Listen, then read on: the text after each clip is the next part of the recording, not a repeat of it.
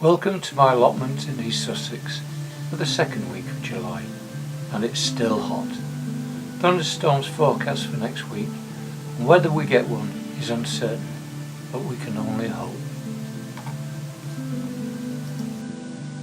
I received some great responses for my background music, and the one I liked the most was from 3000%, who stated in iMovie the best way to monitor sound mixing is to do it using earphones. The sound levels or quality can vary on the devices viewers use. Plus, one's own hearing can deteriorate with age or listening to loud music and heavy machinery noise. Most said the sound is okay on their device.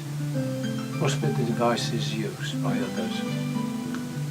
But in any case, I am now using earphones for editing. This watering station helps with the daily chore of watering the central beds using two watering cans, one filling while the other is dispensing.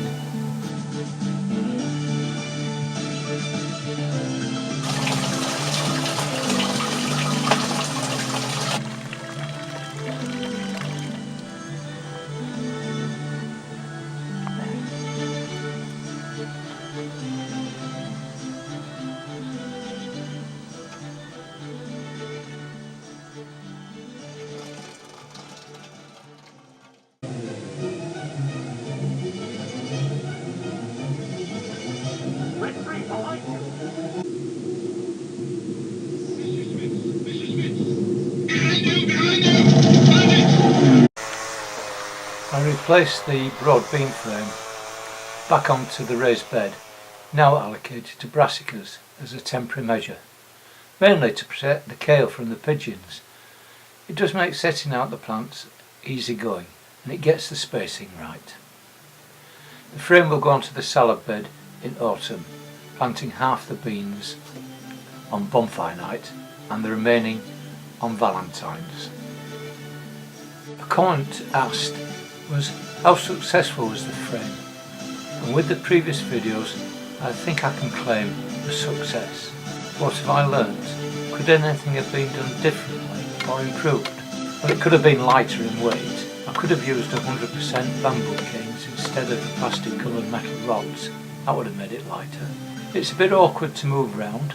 I can do it, but it could be easier. So splitting it in two is simple, and this will assist in an autumn and a spring sowing, as the plants will be at different heights.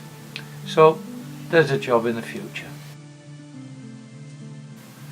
I am managing to keep the brassicas free from egg inspections and executions.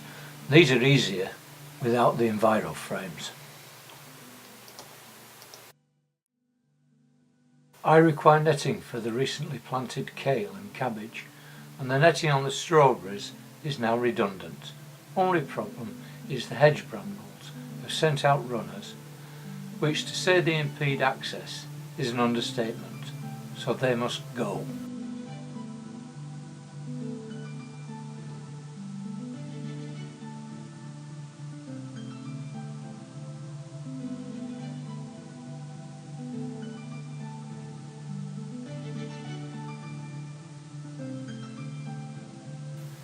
Secondary planting of French beans is noted as appearing. Only problem is, other than the dry conditions, is the pheasants have also noted them, and they are nipping them out in the bud. Just out of curiosity, they're not eating them, they're blighters.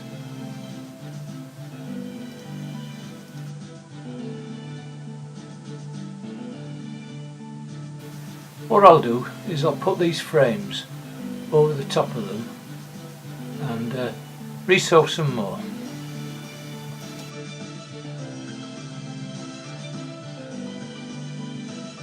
I've placed the netting on the brassica bed, and I will now give it a good watering. Still talking about secondary planting, I've put some carrots down at the edge of the pea bed. Inspection of the runner beans is showing that I now have some runner beans, so that's a diary date. The strawberry bed needs weeding, but I just can't do it In these conditions it is just like concrete. Look at this. Talk about journey to the centre of the earth. A task I've been letting slip is succession planting. Here are some I prepared earlier in the polytunnel. Conditions are very dry on the allotments, but I think my fellow plot holders are coping quite well. Returning back to my plot, you will observe a flag flying from my polytunnel. We take turns for making the tea or coffee, and this is a signal for it's boiled. Come and get it. There was a run on England flags due to some competition going on, so I made do with the Game of Thrones sigil. I am a fan, and winter is coming. This brings us to the end of the second week of July, and I hope you've enjoyed this upload, and a thumbs up would be nice. But most of all, do comment, and don't forget to press the bell for notifications.